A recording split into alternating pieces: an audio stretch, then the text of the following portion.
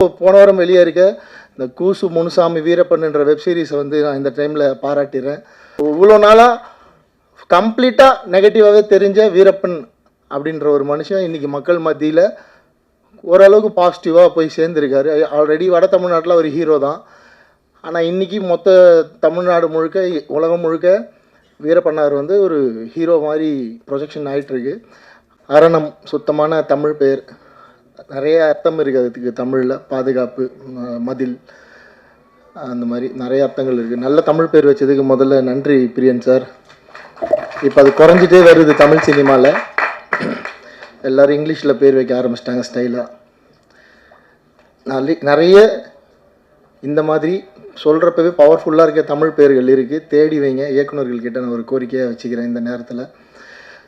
நான் இந்த படத்தோட இந்த ஃபங்க்ஷனுக்கு வந்ததுக்கு காரணம் பிரியன் சார் தான். அது இல்லாமல் என்னோடய 2 அசோசியேட்ஸ் இருக்காங்க. என்னோடய பிஆர்ஓ புவன் ஃபோன் பண்ணி, அண்ணா நீ வந்தே ஆகணும், பிரியன் சார் உனக்காக வெயிட் பண்ணுறாரு அப்படின்னு இவரே சொல்லிட்டாரு. புவன் சொன்னால் எதுவும் மறுக்கிறது இல்லை. ஸோ புவனுக்காகவும் பிரியன் சாருக்காகவும் and Murugan sir, MRT music, எனக்கு திரௌபதியும் பகாசுரனும் அவர் தான் பண்ணி கரெக்டாக போய் சேர்த்தார் மக்கள்கிட்ட. அதனால் நீங்களும் கவலைப்பட வேணாம், அவர் போய் சேர்த்துருவார் அந்த ஆடியோவை கரெக்டாக.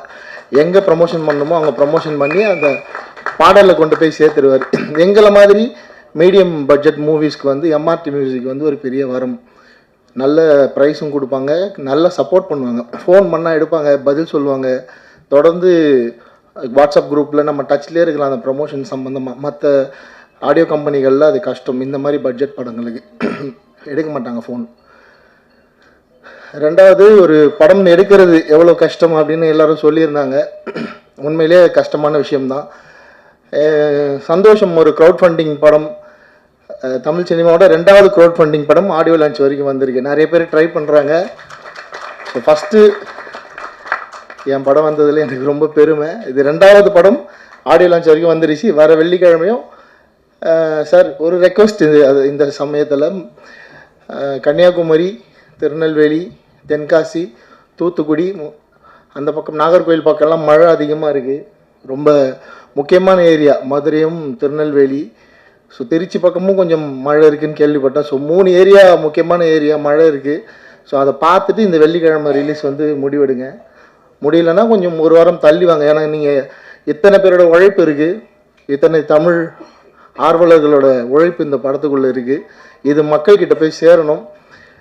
இதுக்கு ஒரு நல்ல டைம் கூட எடுத்துக்கலாம் நீங்கள் இந்த வாரம் அப்படி மிஸ் பண்ணிங்கன்னா. ஏன்னா முழுக்க தமிழ் ஆர்வலர்கள் எல்லாம் இணைஞ்சிருக்கீங்க. இங்கே வந்து உட்கார்ந்தப்போ தான் அது வந்து இன்னும் டீட்டெயிலாக தெரியுது. நான் பிரியன் சார் எனக்கு சொன்னது ஒரு 10 பேர் சேர்ந்து படம் எடுத்துருக்கோம் அப்படின்னு தான் சொன்னார். ஸோ 10மே பாடலாசிரியர்கள், அதுவும் அவர்கிட்ட வந்து பயிற்சி பெற்றவர்கள். அவங்க ஒரு பாடலாசிரியரை கதாநாயகனாக, இயக்குநராக உருவாக்கணுன்ற எண்ணத்தால் அவங்களோட சேமிப்பை கொடுத்து பண்ண படம். ஸோ தமிழ்நாட்டில் இருக்கிற அத்தனை தமிழ் ஆர்வலர்களும் இந்த ஒரு விஷயத்துக்காக இந்த படத்தை போய் நீங்கள் தேட்டரில் பார்க்கணுன்னு நான் ஒரு கோரிக்கை அங்கே வச்சுக்கிறேன். அவங்கள போய் சேர்க்க வேண்டியது உங்களோட வேலை தான். ஸோ தமிழ் மீது ஆர்வம் கொண்ட பலர் இருக்காங்க. ஸோ இவங்கெல்லாம் சேர்ந்து எடுத்த படம்னு சொல்லுங்கள், கண்டிப்பாக டிக்கெட் கொடுத்து உங்களுக்காக ஒரு தடவை போய் பார்ப்பாங்க. அதை தாண்டி நான் இந்த படமத்தோட ஃபஸ்ட்டு வெர்ஷன் பார்த்துட்டேன். இப்போ ரீசெண்டாக இந்த வெர்ஷன் நான் பார்க்கல.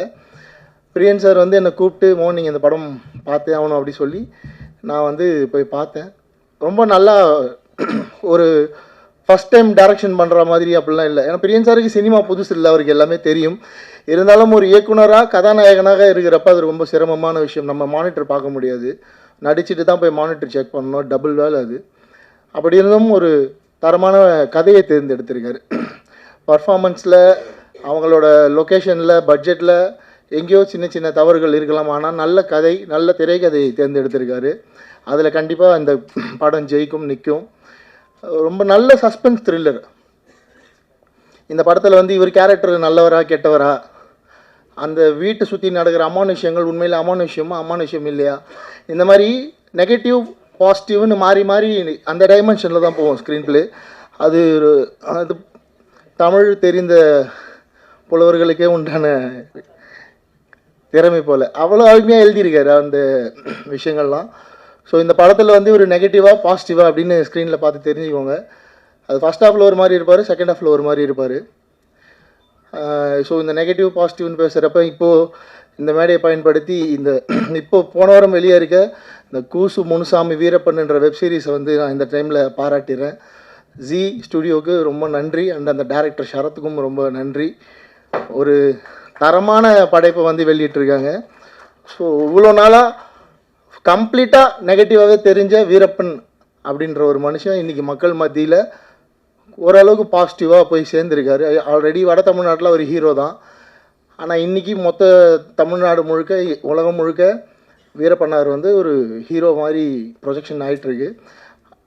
நிறைய மாற்று கருத்துக்கள் அந்த வெப் சீரிஸில் இருந்தாலும் அவர் என்ன காரணத்துக்காக அந்த வீரப்பன் அப்படின்ற அந்த அவதாரம் எடுத்தார், எந்த வயசுலேருந்து அவர் அந்த காட்டுக்குள்ளே போய் அங்கே இருக்க மக்களுக்காக சண்டை போடலாம் அப்படின்னு முடிவெடுத்தார் அப்படின்னு ரொம்ப அருமையான கண்டென்ட் அமைஞ்சிருக்கு. ஒரு சினிமா நினச்சா எவ்வளோ பெரிய நல்லவனையும் கெட்டவனாக மாற்றும். உண்மையாக சொல்கிறேன், ரியல் லைஃப் இன்சிடெண்ட். எவ்வளோ பெரிய நல்லவனையும் கெட்டவனாக காட்டும், எவ்வளோ பெரிய கெட்டவனையும் ஹீரோவாக மாற்றும். அது வந்து சினிமாவுக்கு அந்த பவர் இருக்குது, எழுத்துக்கு அந்த பவர் இருக்குது. ஸோ வீரப்பன் அவர்களுடைய இன்றைக்கி வரலாறு மக்கள் மத்தியில் ஒரு ஹீரோவாக மாறிட்டுருக்கார். இருந்தும் அந்த டாக்குமெண்ட்ரி வந்து அவர் கிரிமினல், தீவிரவாதி, வில்லன், கொலைகாரன் அப்படின்னு தான் முடியுது. அதுதான் உண்மையும் கூட. பட் என்ன ரீசனுக்காக அவர் அதெல்லாம் பண்ணார், அவருக்கு எந்த கோபம் என்ன இந்த சமூகத்தின் மேலே அப்படின்றது வந்து இன்றைக்கி தான் மக்களுக்கு தெரிஞ்சிருக்கு, பல வருஷம் கழித்து. ஸோ இந்த மாதிரி நிறைய ஆளுமைகள் இருக்காங்க, அவங்களெல்லாம் பற்றி தொடர்ந்து வெப் சீரிஸ் வரணும். மலையூர் மம்பட்டியான் இருக்கார், அப்புறம் அரியலூர் பக்கம் வந்து தமிழரசன் இருக்கார், புலவர் கலிய பெருமாள், ஆறுமுக நாட்டார், இந்த மாதிரி இன்னும் நிறைய பேர் இருக்காங்க. இந்த பேரெல்லாம் சொல்கிறேன்னா யாராவது ஒரு டைரக்டர் இவங்களை பற்றி தேடி அவங்கள பற்றின டாக்குமெண்ட்டும் வந்து அந்தந்த வட்டாரங்களில் இந்த மக்கள் வந்து அவங்க என்ன காரணத்துக்காக இந்த சமூகத்துக்கு போராளியாக இருந்தாங்க, இருந்தாங்க அப்படின்னு தெரிஞ்சுப்பாங்க. எப்படி அவங்களோட மரணம் நிகழ்ந்தது, அதில் என்ன உண்மை இருக்குது, அதில் என்ன அரசியல் இருக்குது, அதெல்லாம் புரிஞ்சுப்பாங்க. அது வந்து சினிமா மட்டும்தான் அதை செய்ய முடியும். என்ன தான் பத்திரிகை, மீடியா அதெல்லாம் நியூஸ் வந்தாலும் திரைச்சித்திரமாக பார்க்குறப்ப அது பெருசாக போய் மக்கள்கிட்ட ஒரு பெரிய பாதிப்பை ஏற்படுத்தும். ஸோ அந்த வகையில் அந்த கூஸ் முனுசாமி வீரப்பன் தொடரை எடுத்த அத்தனை பேருக்கும் என்னுடைய மனமார்ந்த நன்றிகள் இந்த மேடையில். நெக்ஸ்ட்டு நம்ம திருப்பி அரணுக்குள்ளே வந்துடுவோம். ரொம்ப சந்தோஷமான தருணம். ஒரு அநேகமாக ஸ்நேகன் சார், விஜய் சாருக்கு அப்புறம் நீங்கள் ஹீரோவாக இருக்கீங்க இல்லையா, ஒரு பாடலாசிரியராக, வேறு யாரும் இல்லை. ஸோ அதில் ஒரு முக்கியமான இடம் இந்த முதல் 3 அதுக்குள்ளே வரதெல்லாம் ரொம்ப சூப்பர். கண்ணதாசன் சார் மேலே ரொம்ப மதிப்பு, வாலி சார் மேலே ரொம்ப அன்பு கொண்டவர் பிரியன் சார். ஸோ கண்ணதாசன் சார் மாதிரி ப்ரொடக்ஷனுக்குள்ளேயும் வந்துட்டார். அதுவும் ஒரு படத்தில் ப்ரொடியூசராக, ஹீரோவாக, டைரக்டராக பெரிய அவதாரம் தான் இது, பெரிய பொறுப்பு இருக்குது.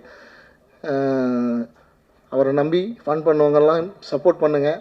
நல்லது கெட்டது எது வந்தாலும் கூட இருங்க கடைசி வரைக்கும். இது தொடக்கம் தான். அவர் உருவாக்கிய மாணவர்கள் நிச்சயமாக அவரை திருப்பி தாங்கி பிடிப்பாங்க, அதில் எந்த மாற்று கருத்தும் இல்லை. எனக்கு தெரியும், நான் போயிருக்கேன், 2 ஆண்டு விழாக்கு நான் கலந்துருக்கேன் அந்த பயிற்சி பட்டறையில். ஸோ ரொம்ப புது முயற்சி, புது விஷயம், இதுவுமே ஒரு முயற்சி தான். ஸோ நீங்கள்லாம் அவருக்கு வந்து சப்போர்ட் பண்ணணும். ஹீரோயின் ரொம்ப நல்லா இருக்காங்க ஃப்ரேமில், விஷுவலில் பார்க்க. நான் புது ஹீரோயின் நினைக்கல, இப்போ தான் சொல்லி தான் தெரியும் அவங்க ஃபஸ்ட் படம் பண்ணுறாங்கன்னு. ரொம்ப நல்லா பர்ஃபார்ம் பண்ணியிருக்காங்க, சூப்பராக இருக்காங்க விஷுவலாக ஸ்க்ரீனில் பார்க்க. அண்டு படத்தை ரிலீஸ் பண்ணுறதுக்கு ஒரு மனுஷன் வந்திருக்காரு. அது இந்த காலகட்டத்தில் அதுக்கே தனியாக நீங்கள் அவருக்கு ஒரு கைத்தட்டல் கொடுக்கலாம். நிஜமாகவே ஒரு பெரிய விஷயம் அது. ஒரு கம்பெனி ஒரு படத்தை வந்து நாங்கள் ரிலீஸ் பண்ணுறோம் இந்த சிச்சுவேஷனில், ரொம்ப பெரிய விஷயம் அது. ஸோ அவருக்காக தான் நான் அதை சொன்னேன். இந்த வெள்ளிக்கிழமை, அதுவும் தப்பாக எதுவும் எடுத்துக்க வேண்டாம், மழை நேரத்தில் ரிலீஸ் பண்ணால் அந்த ஒரு ஏரியாலேருந்து வர ஒரு 10 லட்சம் மிஸ் ஆனால் கூட 3 ஏரியாலேருந்து நமக்கு 30 லட்ச ரூபா அடி வாங்கும். ஸோ அவரோட சைட்லேருந்து தான் நான் அதை சொன்னேன். ஸோ நல்லது கெட்டதெல்லாம் நீங்கள் அதில் யோசித்து நல்ல முடிவு எடுங்க. இந்த வாரம் இல்லைன்னா அடுத்த வாரம் வந்தாலும் நிச்சயமாக இந்த படம் மக்கள் மத்தியில் பெரிய பேர் வாங்கணும். ஸோ அதுக்கு நீங்கள்லாம் உதவணும். தமிழ் மீது பற்று கொண்டவர்கள், இந்த தமிழ் மீது ஆர்வம் கொண்ட கூட்டணிக்கு ஆதரவு கொடுக்கணும்னு வேண்டிக்கிறேன். தேங்க்யூ.